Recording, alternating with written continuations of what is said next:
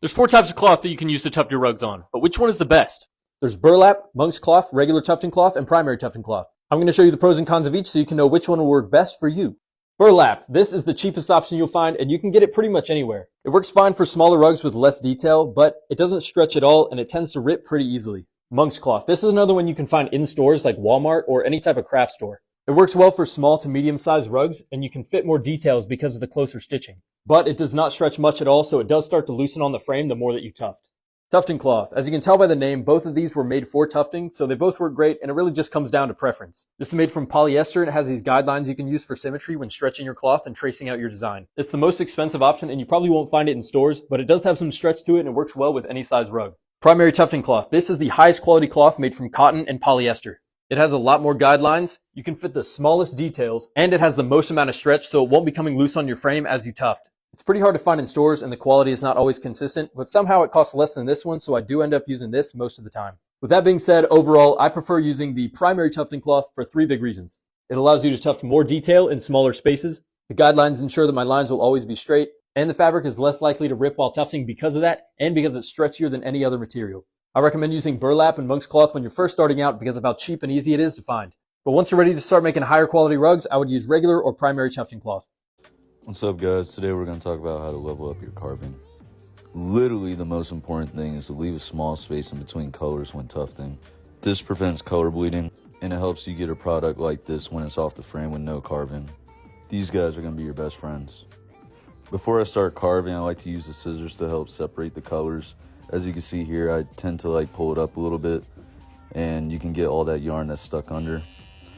And as you can see here, you're just going to go through with your clippers, brush as you go, and keep carving. Take your time with this part and just work in little increments until you reach your end goal. This tip right here is crucial and I don't see enough people do it. If you pull apart the opposite color while you're carving, you'll be able to see yarn that has been stuck under. This is usually the yarn that ends up giving you inconsistency with your lines when carving. Last but not least, brush your yarn both ways while carving. If you're not doing this, you'll notice when you brush the rug or vacuum that some of the yarn may overlap each other. And also just improves the overall shape of your carving. I feel like this is a pretty big tip that enough people don't talk about. And yeah, I would say those are my most important trick tips for carving. Happy tufting, guys.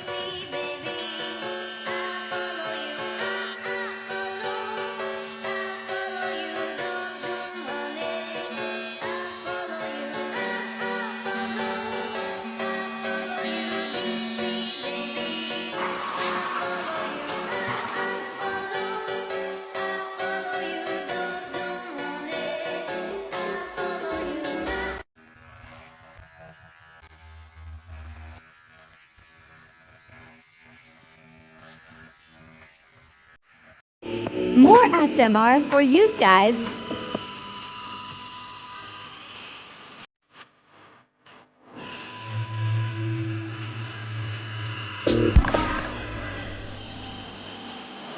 Materials you need to start a rug making goodness. Rug shear. Hot glue gun. Gorilla glue for backing. Oil lube for testing gun. Sharpie markers. Yarn.